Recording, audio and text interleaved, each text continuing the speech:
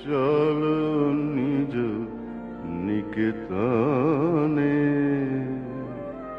সংসার বিদেশে বিদেশির বেশে ভ্রম কেন অকারণে, মন চলো নিজ নিকেতনে।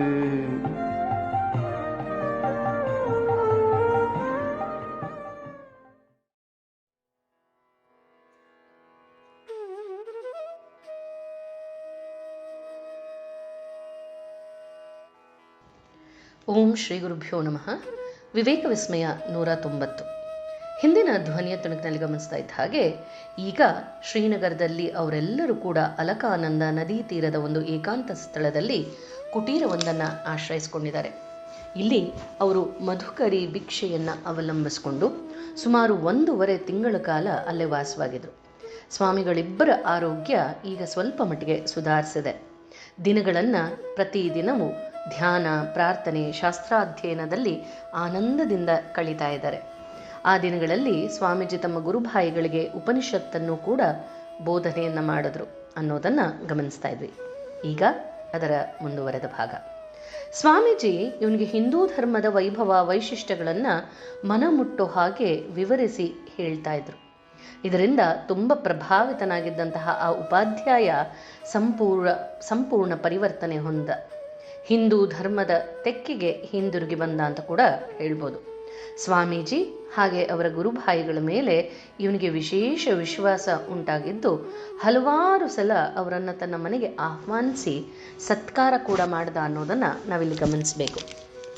ಶ್ರೀನಗರದಿಂದ ಸ್ವಾಮೀಜಿ ಹಾಗೆ ಅವರ ಗುರುಭಾಯಿಗಳು ಟೆಹರಿಯ ದಾರಿಯಲ್ಲಿ ಸಾಗ್ತಾ ಇದ್ದಾರೆ. ಗಂಗಾ ಹಾಗೆ ಯಮುನಾ ನದಿಗಳ ಉಗಮ ಸ್ಥಾನಗಳಾದಂತಹ ಗಂಗೋತ್ರಿ, ಯಮುನೋತ್ರಿ ಎರಡೂ ಕೂಡ ಇರೋದು ಈ ಟೆಹರಿಯಲ್ಲೇ.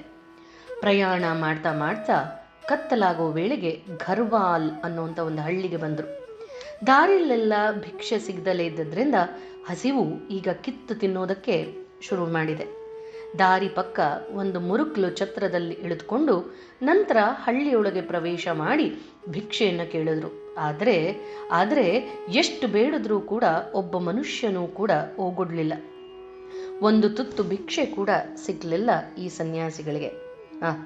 ಇದೆಂತಹ ದುರ್ಭಿಕ್ಷದ ಜಾಗಕ್ಕೆ ಬಂದ್ಬಿಟ್ಪ ಅನ್ನಿಸ್ತು ಸ್ವಾಮೀಜಿಗೆ. ಆದರೆ ಈ ಜನ ಎಲ್ಲ ಭಿಕ್ಷೆ ಹಾಕದಿದ್ದಕ್ಕೆ ಕಾರಣ ಏನು ಗೊತ್ತೇನೋ? ಅಲ್ಲಿನ ಒಂದು ವಿಚಿತ್ರ ಸಂಪ್ರದಾಯ. ಏನದು? ಆ ಘರ್ವಾಲಿನ ಜನಗಳ ಬಗ್ಗೆ ಒಂದು ಮಾತು ಪ್ರಚಲಿತವಾಗಿದೆ. ಘರ್ವಾಲಿನವರೆಲ್ಲ ಕೊಡುಗೈ ದಾನಿಗಳು. ಅವರಂಥ ದಾನಿಗಳೆಲ್ಲ ಧರೆಯೊಳಗಿಲ್ಲ. ಅವರೊಂದೇ ನಿಯಮ, ದೊಣ್ಣೆಯಿಂ ಬೆದರಿಸದೆ ಅವರಿಂದ ದಾನವನ್ನು ಪಡೆದವರಿಲ್ಲ ಅಂತ. ಭಿಕ್ಷೆ ಹಾಕೋದಕ್ಕೆ ಅಭ್ಯಂತರ ಇಲ್ವಂತೆ. ಆದರೆ ಅವ್ರು ಕೈ ಎತ್ತಿ ಕೊಡಬೇಕು ಅಂದರೆ ಕೊಡ್ದಲೇ ಇದ್ರೆ ದೊಣ್ಣೆ ಎತ್ತಿ ಬಿಸಾಡ್ತೀವಿ ಅಂತ ಹೆದರಿಸಿದಾಗ ಮಾತ್ರ ಅತ್ಯಂತ ಪ್ರೀತಿಯಿಂದ ಭಿಕ್ಷೆಯನ್ನು ಕೊಡ್ತಾರೆ ಈ ಘರ್ವಾಲ್ ಜನಗಳು. ಅದೃಷ್ಟಕ್ಕೆ ಅಖಂಡಾನಂದರಿಗೆ ಈ ವಿಚಾರ ಚೆನ್ನಾಗಿ ಗೊತ್ತಿತ್ತು.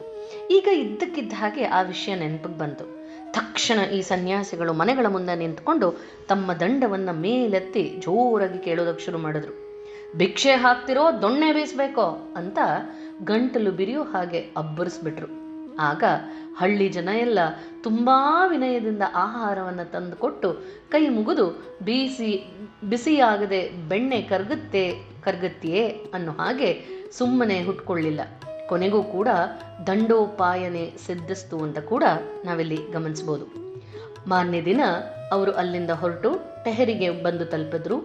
ಗಂಗೆಯ ದಡದಲ್ಲಿ ಸಾಧುಗಳ ವಾಸಕ್ಕಾಗಿ ಅಂತಲೇ ಕಟ್ಟಿದ್ದಂಥ 2 ಕುಟೀರಗಳಲ್ಲಿ ಇಬ್ಬರು ಉಳ್ಕೊಂಡಿದ್ದಾರೆ. ಭಿಕ್ಷೆಯ ಮೇಲೆ ಜೀವಿಸ್ತಾ ಆಧ್ಯಾತ್ಮಿಕ ಸಾಧನೆಗಳಲ್ಲಿ ಈ ಸನ್ಯಾಸಿಗಳು ತೊಡಗಿದ್ದಾರೆ. ಇಲ್ಲಿ ಅವರಿಗೆ ಟೆಹರಿಯ ರಾಜ್ಯದ ದಿವಾನರಾಗಿದ್ದಂತಹ ರಘುನಾಥ ಭಟ್ಟಾಚಾರ್ಯರ ಪರಿಚಯ ಆಯಿತು. ಅವರ ಆಪೇಕ್ಷೆ ಮೇರೆಗೆ ಸ್ವಾಮೀಜಿಯವರ ಮನೆಯಲ್ಲಿ ಕೆಲವು ದಿನ ಇಳಿದುಕೊಂಡ್ರು. ಆದರೆ ಸ್ವಾಮೀಜಿಯ ಗಂಗಾ ತೀರದ ಒಂದು ಸೂಕ್ತ ಸ್ಥಳದಲ್ಲಿದ್ದು ಧ್ಯಾನದಲ್ಲಿ ಮುಳುಗ್ಬಿಡೋದಕ್ಕೆ ಕಾತರರಾಗಿದ್ದಾರೆ. ಇದನ್ನು ತಿಳಿದು ಅವರ ಅತಿಥೇಯರಾಗಿದ್ದಂತಹ ರಘುನಾಥ ಭಟ್ಟಾಚಾರ್ಯರು ಅವರ ನೆರವಿಗೆ ಒದಗಿ ಬಂದರು. ಗಂಗಾ ಹಾಗೆ ವಿಲಂಗನಾ ನದಿಗಳ ಸಂಗಮ ಸ್ಥಳ ಆಗಿದ್ದಂತಹ ಗಣೇಶ್ ಪ್ರಯಾಗ್ ಅನ್ನುವಂಥ ಒಂದು ಸೊಗಸಾದ ಕುಟೀರವನ್ನು ಕಟ್ಟಿಸ್ಕೊಟ್ರು. ಆದರೆ ಸ್ವಾಮೀಜಿ ದುರದೃಷ್ಟ, ಈ ವೇಳೆಗೆ ಸ್ವಾಮಿ ಅಖಂಡಾನಂದರು ಮತ್ತೆ ಬ್ರಾಂಕೈಟಿಸ್ಗೆ ಗುರಿಯಾಗ್ಬಿಟ್ಟಿದ್ದಾರೆ. ಸ್ವಾಮೀಜಿಗೆ ಉಸಿರಾಡೋದಕ್ಕೂ ಕಷ್ಟವಾಗ್ತಿದೆ.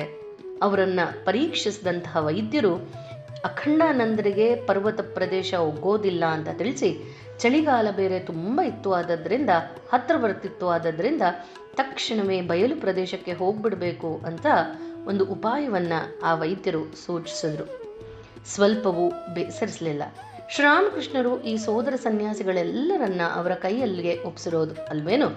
ತಕ್ಷಣ ಅವರು ತಮ್ಮ ಯೋಜನೆಯನ್ನು ಬದಲಾಯಿಸಿ ಡೆಹ್ರಾಡೂನ್ಗೆ ಹೋಗೋದಕ್ಕೆ ನಿರ್ಧಾರ ಮಾಡಿದ್ರು. ಮತ್ತೊಮ್ಮೆ ಸ್ವಾಮಿ ವಿವೇಕಾನಂದರ ಹಿಮಾಚಲದಲ್ಲಿ ತಿರುಗುವಂತಹ ಕನಸಿಗೆ ಈಗ ತಡೆ ಬಂದಿದೆ. ತಕ್ಷಣ ಅವರು ತಮ್ಮ ಯೋಜನೆಯನ್ನು ಬದಲಿಸ್ಕೊಂಡ್ರು.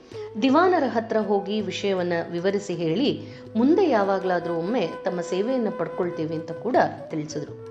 ದಿವಾನರು ಸ್ವಾಮೀಜಿ ಹಾಗೆ ಗುರುಭಾಯಿಗಳ ಪ್ರಯಾಣಕ್ಕೆ ವ್ಯವಸ್ಥೆ ಮಾಡಿದ್ರು. ಅಷ್ಟೇ ಅಲ್ಲದೆ ಡೆಹ್ರಾಡೂನಿನವರೆಗೂ ಕೂಡ ವೈದ್ಯರಿಗೆ ಅವರ ಬಗ್ಗೆ ಒಂದು ಪರಿಚಯ ಪತ್ರವನ್ನು ಕೊಟ್ಟು ಪ್ರೀತಿಯಿಂದ ಬೀಳ್ಕೊಟ್ರು.